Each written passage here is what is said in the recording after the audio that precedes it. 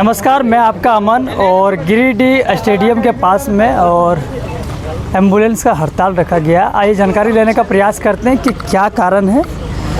सचिव जी मौजूद हैं यहाँ पे। क्या कारण है कि हड़ताल रखा गया है? सबसे पहली बात है कि मैं तहे दिल से आपका स्वागत करता हूँ कि हम लोगों का दुख को देखते हुए हमारे साथ आपने संपर्क 2 मिनट के लिए टाइम भी निकाले।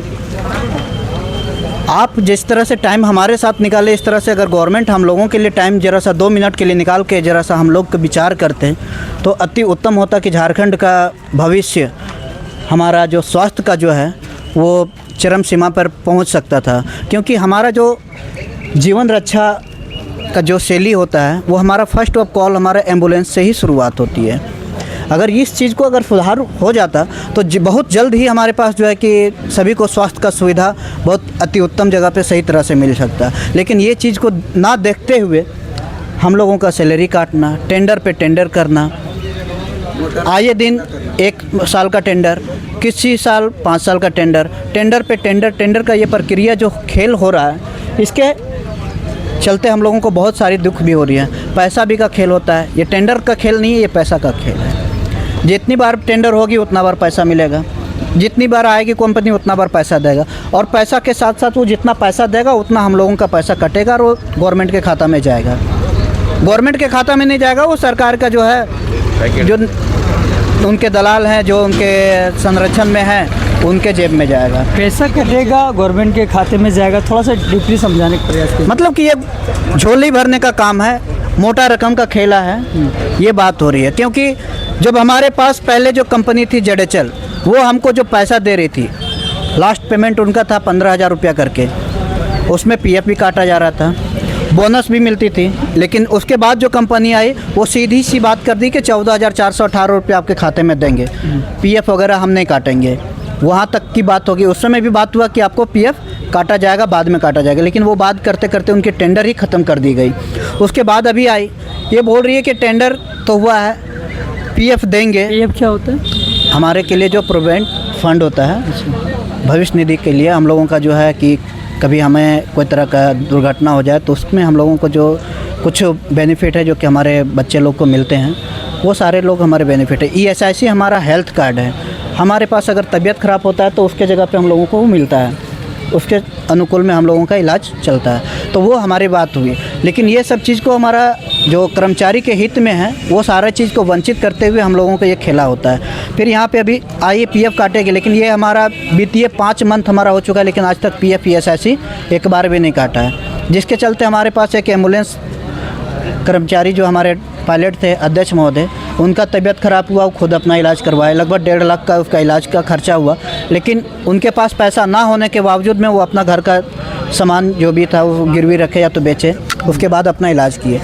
जब हम लोग 108 में काम कर रहे हैं, हम लोग ही सुरक्षित नहीं हैं तो जनता कितना सुरक्षित होगा, ये आप लोग अनुमान कर ही सकते हैं। क्या क्या मांग है आप लोग का? हमारा सबसे पहला कि उचित जो मुआवजा है, हम लोग का पेमेंट है, जो हम लोग काम कर रहे हैं वो हमारा चाहिए। सभी को कुशल श्रेणी जो हमारे मजदूर वर्ग का जो डिवाइडेड है, उसमें पूर्व कंपनी हम लोग को कुशल में रखी थी, तो वो कुशल के अनुकूल में रखे। ज्वाइनिंग लेटर अभी तक हम लोगों को मिला नहीं, ID कार्ड हम लोगों को मिला नहीं है, वो मिले।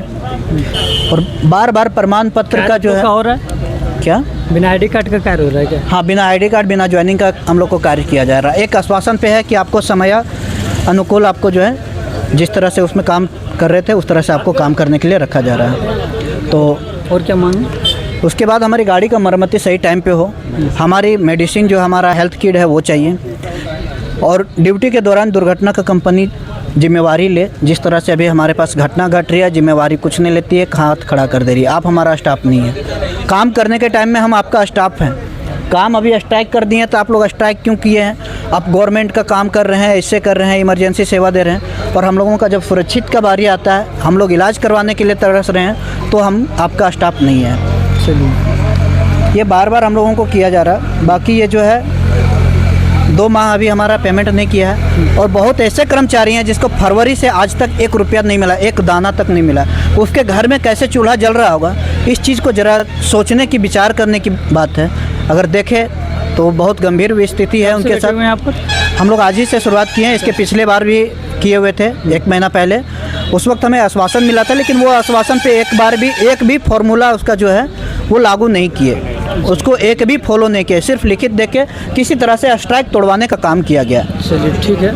आश्वासन पिछला बार क्या मिला था, कुछ जानकारी? पीछे बार हम लोगों को आश्वासन मिला था कि आप लोगों को 15 मई तक जो है जितना भी बकाया भुगतान है फरवरी, मार्च, अप्रैल का, वो सारा भुगतान 15 मई तक कर दिया जाएगा। PF ESIC जो है 15 मई से चालू कर दिया जाएगा। Joining letter, ID card, dress 15 मई तक आप लोगों को दे दिया जाएगा। और गाड़ी का मरम्मती जो है 15 मई तक सारा गाड़ी का मरम्मती कर देंगे। और जो गाड़ी ऑफ रोड है या जो गाड़ी अभी तक हैंडओवर नहीं हुई है, हम पूरा प्रयास करेंगे कि 15 मई तक वो गाड़ी भी हैंडओवर हो जाए और उसका स्टाफ भी वहाँ काम करने लगे। लेकिन अभी तक एक भी चीज़, जितनी भी कंपनी खुद हम लोगों को लिख के दी है, उसमें एक भी चीज़ अभी तक फॉलो नहीं हुआ है, एक भी चीज़ अमल में नहीं लाया गया है। अगर उसमें से थोड़ा भी आधी बात भी अगर अमल में लाई जाती तो हम लोग को आश्वासन मिलता कि चलिए धीरे धीरे कंपनी पूरा कर रही है, लेकिन अभी तक एक भी बात कंपनी अमल में नहीं लाई। एक भी बात अमल में नहीं लाया गया ऐसा बताया जा रहा है। ये धरना जो है 108 को लेकर के, एम्बुलेंस को लेकर के, कब तक चलेगा, कितना दिनों तक चलने जब तक का? हम लोगों की पूरी मांग नहीं हो जाती है, जब तक पूरी मांग नहीं हो जाती तब तक अब हम लोग धरना से हम लोग नहीं उठने वाले हैं। क्यों ना, इसका अगला मोड़ आएगा। अभी तो हम लोग स्ट्राइक पे है, अगला जब है हमारा 2 दिन के बाद हम लोग भूख हड़ताल पे जाएंगे। उसके बाद भी अगर 2 दिन में हम लोग का नहीं होता है तो आत्महत्या का जो है मजबूर होंगे। DC ऑफिस के सामने हम लोग आत्मदाह को मजबूर हो जाएंगे।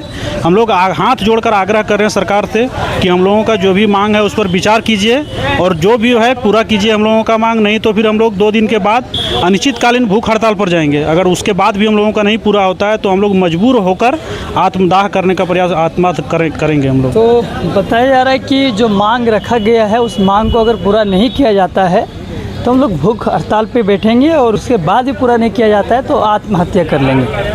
अब क्या कर सकते हैं, 7 साल हमने यहाँ पे टाइम काट चुका हूँ और आज हम लोगों को बेरोजगार किया जा रहा है या प्रत्यक्ष रूप से कि आप लोग को रोजगार दिए हैं। हम लोगों के साथ क्या मैया योजना का खेल रहा है क्या?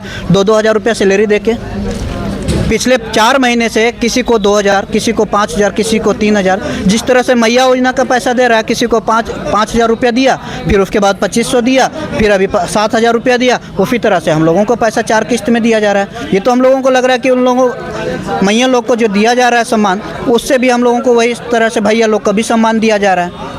चलिए ठीक है। इस तरह से क्या हमारा घर चल सकता है? एक आध डिस्ट्रिक्ट में जो है, एक आध डिस्ट्रिक्ट में ज्वाइनिंग लेटर भी 1-2 लड़का को मिला है। उस ज्वाइनिंग लेटर का ऐसा शर्त है जो सरकार के कानून के बिल्कुल खिलाफ है। सरकार कहती है कि अगर यदि आपको कोई दुख है, तकलीफ है तो आप हड़ताल कर सकते हैं, ये हमारा कानूनी अधिकार है। लेकिन उसके ज्वाइनिंग लेटर में स्पष्ट लिखा है कि आप हड़ताल नहीं कर सकते हैं। अगर हड़ताल करते हैं तो आपको 7 दिन के अंदर हटा दिया जाएगा। जबकि कोई भी स्टाफ का अगर कुछ गलती होता है तो रविंदर कुमार वर्मा EMT स्टाफ है जी, EMT टेक्नीशियन है हम लोग गाड़ी में। अगर जो ज्वाइनिंग लेटर का जो बात कर रहे हैं कि सरकार का ये ज्वाइनिंग लेटर में इस तरह का आदेश है कि हड़ताल नहीं कर सकते हैं, ये किनका ओलम है? ये रांची डिस्ट्रिक्ट में जो है यही सम्मान फाउंडेशन का जो है, ये 2-4 लड़का को अभी ज्वाइनिंग लेटर दिया है। उसमें से स्पष्ट लिखा हुआ है कि आप हड़ताल नहीं कर सकते। मतलब ऐसा नियम लिखा हुआ है जो सरकार के नियम के बिल्कुल विपरीत है। सरकार कभी नहीं कहती है कि आप हड़ताल नहीं कर सकते हैं। अगर यदि हमको कोई परेशानी होगा, दिक्कत होगा तो हम बताएंगे कैसे? हड़ताल के माध्यम से ही बता सकते हैं। लेकिन स्पष्ट लिखा हुआ है कि आप हड़ताल नहीं कर सकते हैं। उसके बाद लिखा हुआ है कि अगर हड़ताल कीजिएगा तो आपको तुरंत बर्खास्त कर दिया जाएगा। यानी कि पहले नियम है कि अगर यदि कोई गलती करता है तो उसको वार्निंग दीजिए, 1 बार 2 बार वार्निंग दीजिए। अगर फिर भी नहीं सुधर रहा है तो आप उसको हटा सकते हैं। लेकिन ये कंपनी है कि सीधा आपको निष्कासित कर देंगे। चलिए ठीक है।